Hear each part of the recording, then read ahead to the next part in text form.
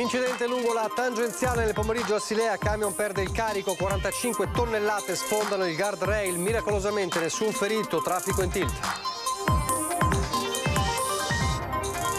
A Spresiano i funerali di Lino Baseotto, l'80enne che ha ucciso la nuora togliendosi poi la vita. Il parroco invita a non identificare la persona con l'epilogo della sua vita, solo uno dei figli presente alla cerimonia. Il racconto di uno dei soccorritori della 25enne vittima di un tentato stupro in centro storico a Venezia da parte di un 50enne trevigiano, poi arrestato. Vax Day in camper per gli over 60 con Johnson & Johnson, troppi malori per il caldo per gli anziani in attesa. Il direttore dell'ULSS 2 Benazzi valuta se bloccare l'esperimento. La mostra appena inaugurata al Museo di Santa Margherita, ma anche i voli in continuo aumento al Canova. I turisti tornano in città. Il sindaco Conte non nasconde la soddisfazione per il primo weekend in zona bianca. Quasi 140.000 euro erogati in un mese e mezzo. Operativa la rete di microcredito a famiglie e piccole imprese messe in difficoltà dal Covid, guidata dalla diocesi di Treviso. In Vescovado la firma del protocollo. Festa di Sant'Antonio, ascolti record per la lunga maratona in diretta del gruppo Media Nord-Est ieri dall'alba. Il viaggio della reliquia, le messe, l'attesa e la gioia di fedeli e pellegrini, un racconto che ha saputo emozionare. Telespettatori di Antena 3, buonasera, ben ritrovati. Il telegiornale di Treviso, dunque in primo piano. La cronaca a partire dall'incidente avvenuto questo pomeriggio lungo la tangenziale all'altezza di Lanzago di Silea. Un camion che ha perso un carico, un pistone, un enorme pistone da 45 tonnellate sfondando il guardrail. Miracolosamente non ci sono feriti.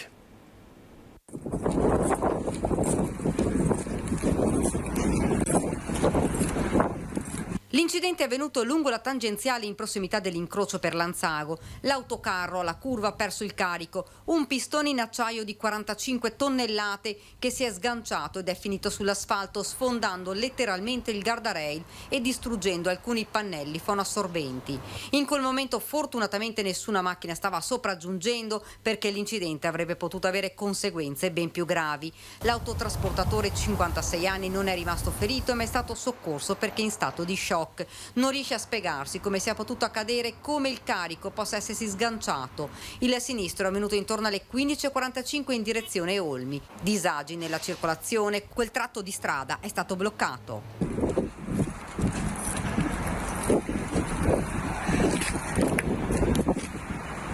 Le auto deviate sulla viabilità parallela. Il mezzo pesante era partito da Vimercate in provincia di Monza Brianze ed era diretto al porto di Trieste e da lì in Grecia. Sul posto sono arrivate 3 pattuglie della polizia locale che stanno ricostruendo la dinamica del sinistro. Fra le ipotesi quella della velocità sostenuta oppure che il carico fosse stato assicurato male. Notevole la difficoltà nella rimozione del pistone.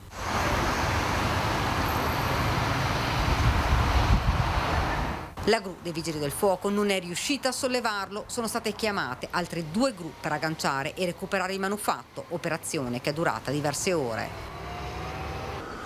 Un'operazione che è ancora in corso con il recupero del carico perso in tangenziale e quindi è ancora chiuso l'accesso e si procede a passo d'uomo in quel settore, quindi con le auto, quindi i disagi sono ancora in corso. Ancora la cronaca, sabato l'ultimo addio a Bruna, oggi invece i funerali a Spresiano, all'Ovadina di Lino Baseotto, l'80enne che ha ucciso la donna e poi si è tolto la vita. Le parole del parroco e il monito: non giudicatelo per questo gesto, dice, sentite. Diamo il nostro saluto oggi. Ringraziamo Dio del dono della sua vita, di tutte quelle volte in cui è stato un dono, per come l'abbiamo conosciuto così, nella sua autenticità. E chiediamo a Dio di non identificare la sua vita con l'epilogo della sua esistenza terrena. Un saluto composto, quello rivolto nella chiesa parrocchiale di Lovadina a Lino Baseotto, l'80enne che si è tolto la vita dopo aver colpito a morte con l'arma da fuoco la nuora Bruna, i cui funerali si sono svolti sabato. Uno dei figli, presente alla cerimonia funebre, celebrata da Don Giovanni Stasi, che ha esortato i fedeli a guardare avanti, evitando che gli occhi restino segnati dal male, a non far vincere il buio che annienta e fa diventare schiavi. Poi l'invito a tutta la comunità di Spresiano, profondamente toccata dall'episodio di violenza accoglienza, stringersi attorno alla famiglia. E noi vogliamo stringerci attorno a questa famiglia. Non toglieremo loro il male. Lo possiamo al limite forse condividere il pane. Possiamo però consegnarci gli uni agli altri, sentire che la mia vita sta in mano qualcun'altro, perché io mi disperso. Possiamo consegnarci insieme a Dio, perché Dio rimane un padre che ama il Signore, un padre che perdona il Signore.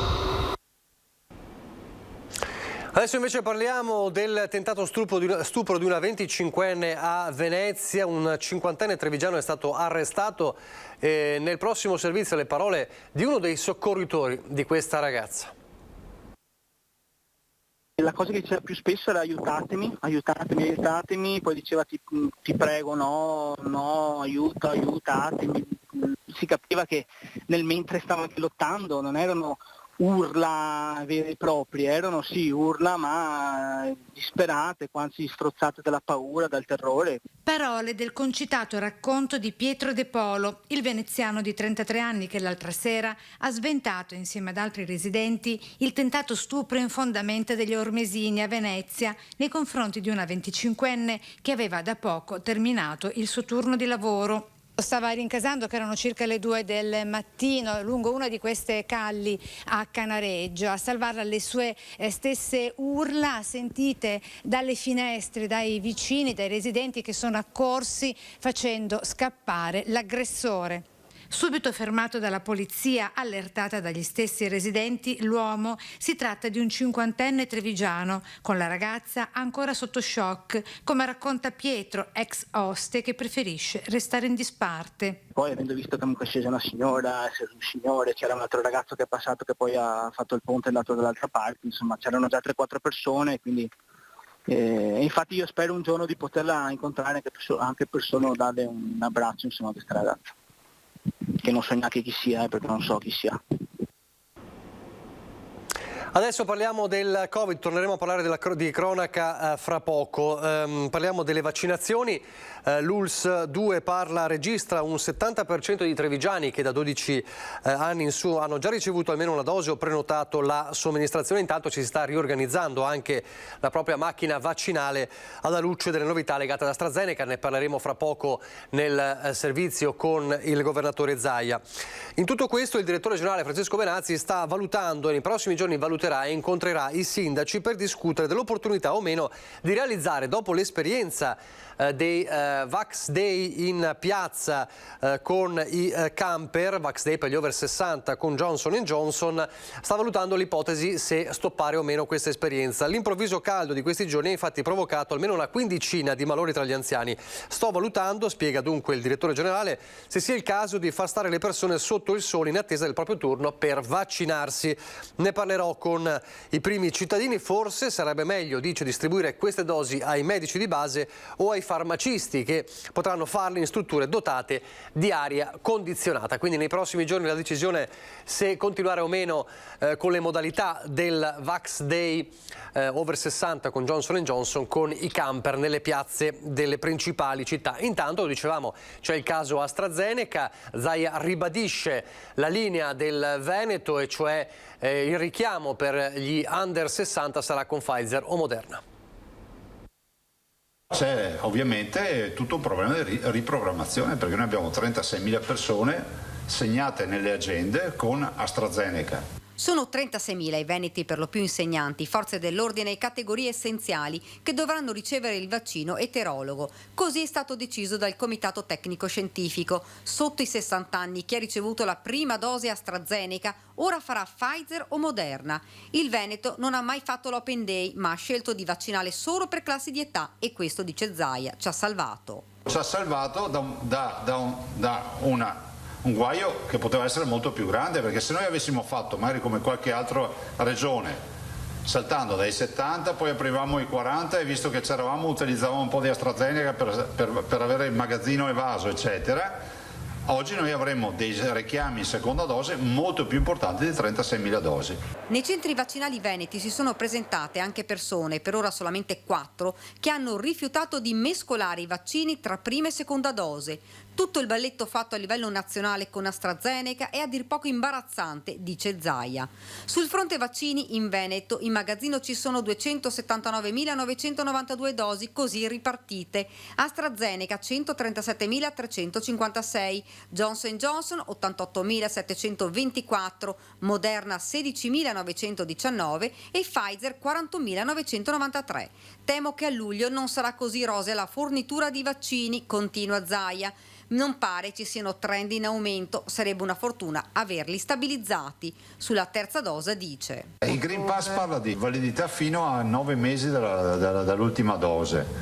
Letta tra le righe vuol dire che dopo 9 mesi qualcosa deve accadere.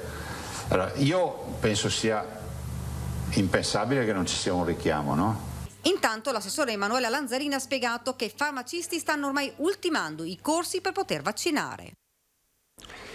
A breve dunque vaccinazioni anche in farmacia. Intanto c'è una novità sui test rapidi in farmacia con un accordo siglato tra Federfarma Veneto e Federalberghi Veneto rivolto ai turisti, cioè test rapidi in farmacia a prezzi calmierati. Intanto è boom di richieste di tamponi in farmacia da parte di invitati ai matrimoni e proprio per questo l'ULSS 2 ha aperto altri 260 posti per le vaccinazioni alla luce di un'ottantina di richieste giunte al call center negli ultimi giorni.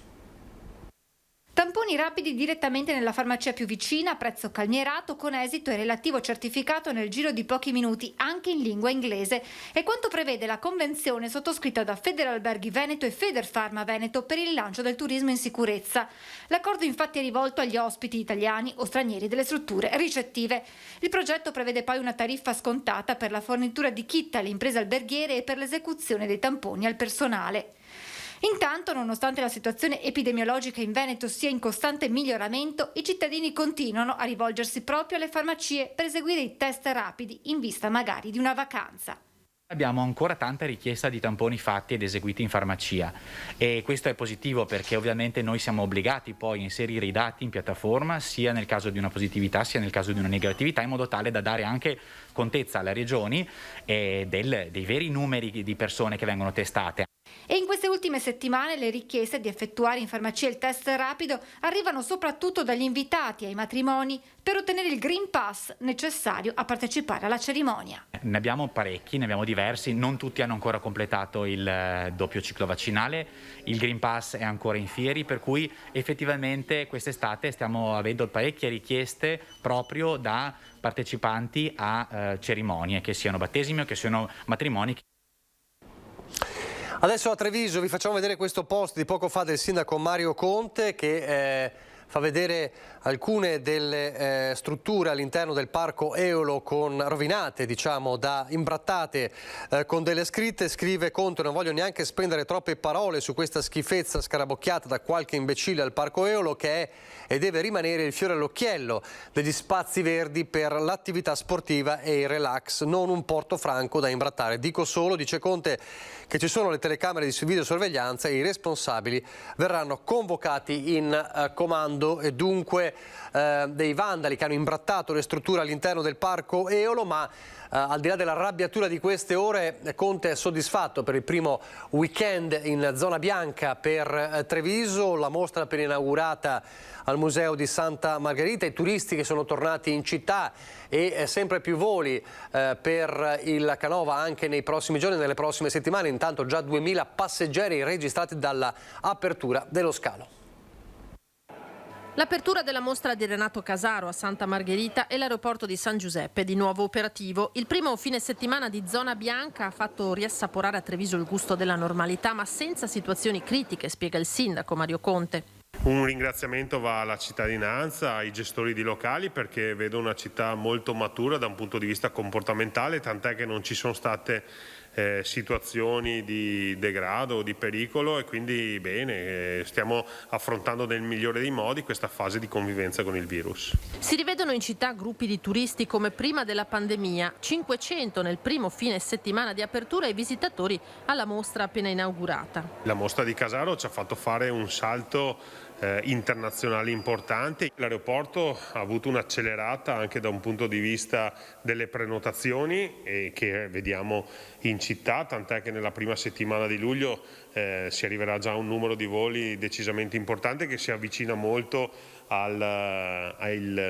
numeri del 2019, quindi grande soddisfazione. Tanti sono i turisti che stanno venendo a godere le bellezze non soltanto della città di Treviso ma di un territorio più esteso. Dobbiamo soltanto continuare a promuovere le bellezze delle nostre città, dei nostri territori, come stiamo facendo in questo momento.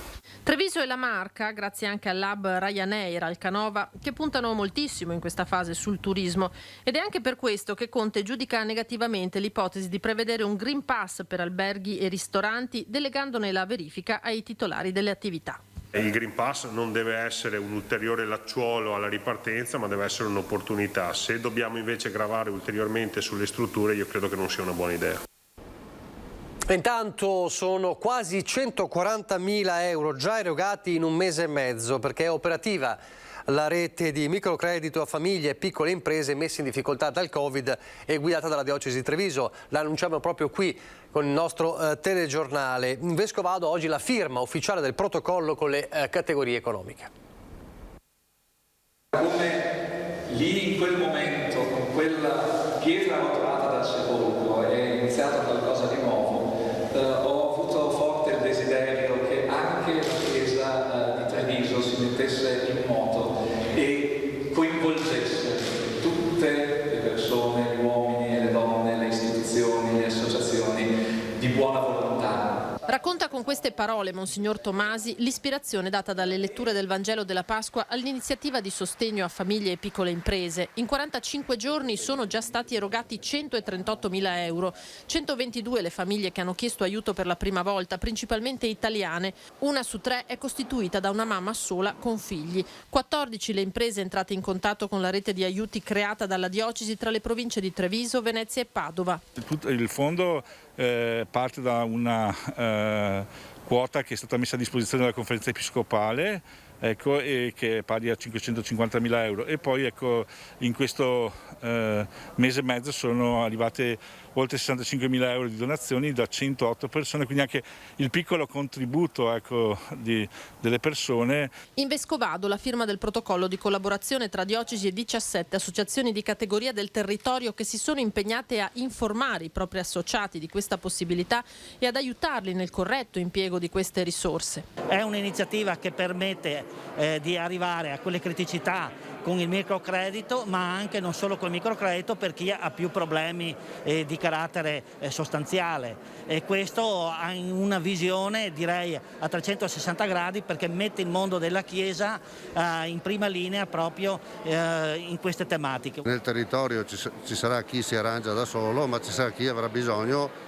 o di un sostegno economico, ma o anche, ed è questo il nostro impegno soprattutto in questa convenzione, dare una mano perché uno riesca magari a riformarsi, a riprendere magari qualche conoscenza nuova per mantenere la propria attività, o se serve anche magari cambiarla. Dobbiamo prenderci cura davvero gli uni degli altri, tenendo conto che se sparisce una piccola impresa, una famiglia, non è come cambiare l'ingranaggio di una macchina, perdiamo qualcosa di infinitamente rilevante. Allora dobbiamo stare assieme alle persone e dobbiamo creare davvero sempre di più comunità.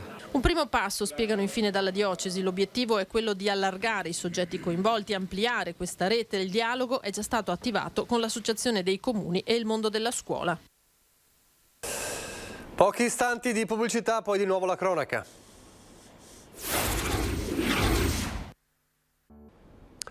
Rieccoci in diretta, ripartiamo dalla cronaca, l'ennesimo incidente con il parapendio a Borso del Grappa. Decolla con il suo parapendio e precipita tra gli alberi. Paura domenica sera a Borso. Il soccorso alpino della Pedemontana del Grappa è intervenuto nelle vicinanze di Casera Girotto, dove il pilota, 24 anni di Limena, era rimasto sospeso tra le piante, fortunatamente senza riportare conseguenze. Il giovane infatti era riuscito a staccarsi da solo dall'imbrago e con l'aiuto di un passante si stava calando a terra. I soccorritori gli hanno prestato assistenza e sono quindi rientrati. Lo sblocco dell'iter per la Via del Mare, per l'aggiudicazione per la Via del Mare, atteso da molti. Il Partito Democratico di Treviso però va all'attacco. Sentite perché. Troviamo del tutto ingiustificato un investimento di 200 milioni per aumentare da 2 a 4 corsie una strada già esistente, mettendola poi a pagamento, col rischio qual è? Che ovviamente il rischio è della ripercussione poi sulla viabilità collaterale. Partito Democratico di Treviso all'attacco della Via del Mare. Il progetto di una nuova strada a scorrimento veloce a pagamento per raggiungere la costa veneziana di Jesolo è inaccettabile, un vero danno per i trevigiani. Si legge in una nota firmata dal segretario provinciale Zorzi e dalla responsabile ambiente e infrastrutture del PD Favero. Partito che punta il dito anche contro il pedaggio per arrivare a Jesolo che, dice, danneggia i trevigiani, e dai Dem 2 proposte. Oltre a quella dell'esenzione del ticket del pedaggio per i residenti, non solo dei comuni veneziani ma anche dei comuni del Trevigiano, la seconda proposta è quella di un collegamento ferroviario. Lì si tratterebbe di agganciare alla ferrovia già esistente, favorire dunque il percorso sulle spiagge in totale sostenibilità. A proposito di pedaggio, la replica del leghista Barbisan. Non è che dal momento in cui dovesse essere realizzata l'autostrada del mare la gente sarà obbligata a pagare per andare a Jesolo. E in un parallelo con un'altra grande infrastruttura veneta, la pedemontana, per la quale il governatore Zaia valuta la possibilità di rivedere il costo del pedaggio alla luce dei transiti in crescita, una cosa analoga potrebbe accadere anche per la Via del Mare, secondo Barbisan. Un ragionamento del genere potrebbe essere fatto sulla autostrada del mare, e io invece accolgo il ragionamento di Zorzi sul tema del ferro. Io sono un grandissimo sostenitore del treno. Guardi Zorzi, siccome siamo al governo insieme, mettiamoci insieme per fare delle proposte sulla questione del prolungamento della ferrovia fino alle coste, a Jesolo. Vedremo se sarà raccolto questo invito. Noi invece adesso andiamo nel Bellunese.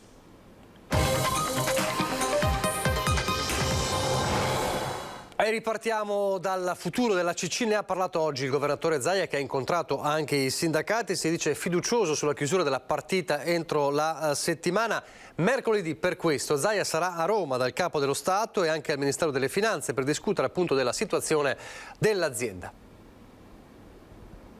Rappresentanti dei lavoratori ACC che chiedono risolutezza per supportare il futuro industriale del territorio. Oggi l'incontro con il presidente Luca Zaia, che rassicura sul vicino traguardo per l'approvazione di quello che è un provvedimento, l'articolo 37 del DL Sostegni, punto di riferimento per velocizzare i fondi da destinare all'azienda di Mel. I temi sono due. L'approvazione dell'articolo 37, che è comunque una partita finanziaria importante per i nostri lavoratori. Questa mattina ho risentito anche il Ministero delle Finanze, sarò giù mercoledì, cioè dopodomani, ci vediamo al punto stampa e poi vado a Roma, e devo dire che spero, ne ho parlato anche con il Ministro Giorgetti, che questa partita forse in settimana si chiude. Partita fondamentale per la sopravvivenza dell'azienda, in cui sono in ballo le risorse finanziarie, opportunità per tenerla in vita, frutto di un'interlocuzione costante con il Ministro allo Sviluppo Economico Giorgetti. La madre di tutte le battaglie è quella di porre la parola fine a queste, diciamo, costanti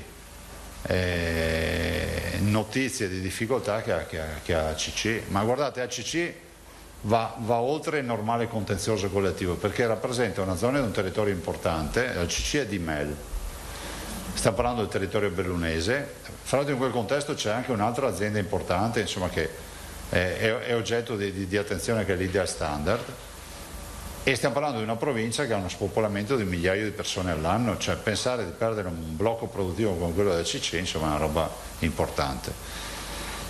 Io vi posso dire fino a qui.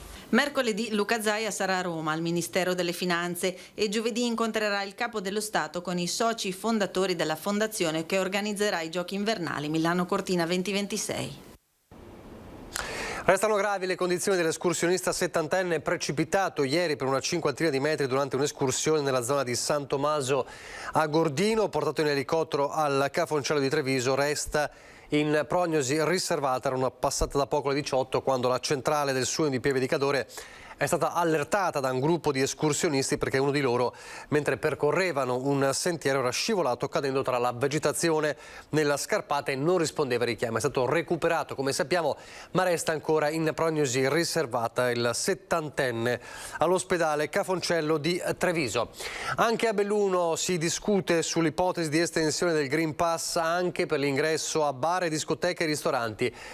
Gli stessi gestori dicono sarebbe difficile appunto da gestire come situazione.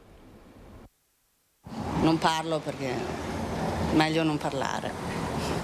Riassume tante parole questo commento sulla prospettiva che il Green Pass europeo, che entrerà in vigore dal 1 luglio per potersi spostare in altri paesi, ma anche nelle case di riposo o ai ricevimenti, possa essere esteso in chiave italiana anche a settori come la ristorazione o a discoteche e hotel. Se in molti vedono questa presunta possibilità un'opportunità a garanzia della salute di tutti, dall'altra fa titubare l'ipotesi che i controlli potrebbero essere affidati ai gestori stessi, già in difficoltà per il lungo periodo di chiusure. Sicuramente è una cosa anche difficile secondo me da gestire, insomma, diciamo, da controllare. Assolutamente sì, ecco, troverei molto più utile magari piuttosto sì, controllare la temperatura ma il Green Pass la vedo difficile. Il Green Pass secondo me sì, comunque alla fine è una tutela per tutti. Più incentivi, ma proprio tutto il settore del turismo e della ristorazione. In chiusura torniamo a parlare della maratona di ieri del gruppo Media Nord-Est di Rete Veneta sulla festa del Santo dall'alba fino alle 22:30 di ieri, un racconto continuo e molto emozionante per Sant'Antonio, premiato dagli ascolti. Ancora una volta i veneti e il mondo intero hanno confermato che la devozione nei confronti di Sant'Antonio non ha confini. L'amore della gente per il santo con la S maiuscola è reso ancora più saldo dal periodo di grande difficoltà che tutti stiamo vivendo da troppo tempo ormai. Questo rapporto è stato ribadito per l'ennesima volta grazie anche a Rete Veneta, che ha portato nelle case di tantissimi veneti le immagini di una giornata straordinaria. Fin dalle 5:30 del mattino il grafico ufficiale dell'Auditel, che raccoglie e diffonde i dati di ascolto delle televisioni del Veneto, afferma la presenza di centinaia di migliaia di persone davanti alla TV di casa. Poi è tutto un crescendo con la reliquia del santo che esce per la prima volta dopo secoli dalla Basilica della Salute di Venezia per viaggiare sulle terre tanto amate da frate Fernando da Lisbona fino alla città che custodisce il suo corpo e il suo culto. Anche nel pomeriggio, quando il busto del santo viene portato nei luoghi simbolo di Padova, il volume dei contatti televisivi è altissimo, per una giornata da record per Rete Veneta e per la televisione del Veneto in generale. Dopo il volo in elicottero del 2020, il santo ha cambiato percorso e molti pellegrini sono tornati a visitare la basilica. Quel che non cambia è la potenza inaudita della devozione popolare e la capacità del gruppo Media Nord-Est, esercitata da giornalisti, tecnici, operatori e registi, di portare nelle vostre case questo sentimento travolgente. Ancora una volta, noi con i veneti, per raccontare una regione, un popolo, una storia bellissima, quella del Veneto. E allora si parlerà anche della straordinaria giornata di ieri, questa sera a Ring, con il vice direttore Ferdinando Avarino a partire dalle 21:15, perché tra gli ospiti ci sono il patriarca di Venezia, Monsignor Francesco Moraglia, e padre Oliviero Svanera, rettore della Basilica di Sant'Antonio, ma spazio anche alla politica e alle amministrative, alle città, con due importanti ospiti, due sindaci di peso del Nord-Est, come Roberto Di Piazza, sindaco di Trieste, e Sergio Giordani, sindaco di Padova, dalle 21:15, come sempre Ring. Vi lascio al meteo, arrivederci.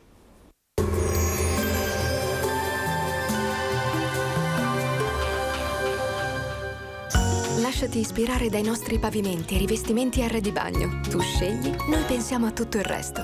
Meneghel, Aroncade, Treviso. Bentrovati al meteo. L'estate 2021 decolla, l'anticiclone africano si espande, i prossimi giorni saranno all'insegna di un tempo in prevalenza stabile e di un caldo intenso. Il dettaglio di martedì 15 giugno.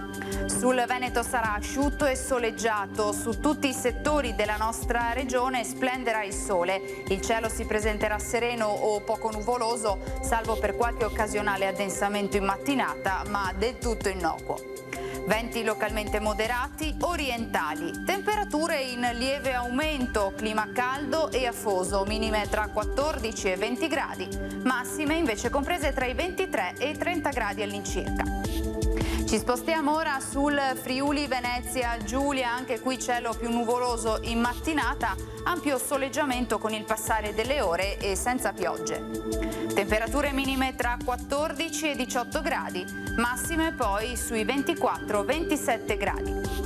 Infine ci spostiamo sul Trentino Alto Adige, dove non cambia lo scenario, anche qui tanto sole e nulla di particolare da segnalare. Temperature minime intorno ai 16-17 gradi, massime sui 29-31 all'incirca. Dal meteo di Antenna 3 per ora è tutto, grazie per l'attenzione e arrivederci.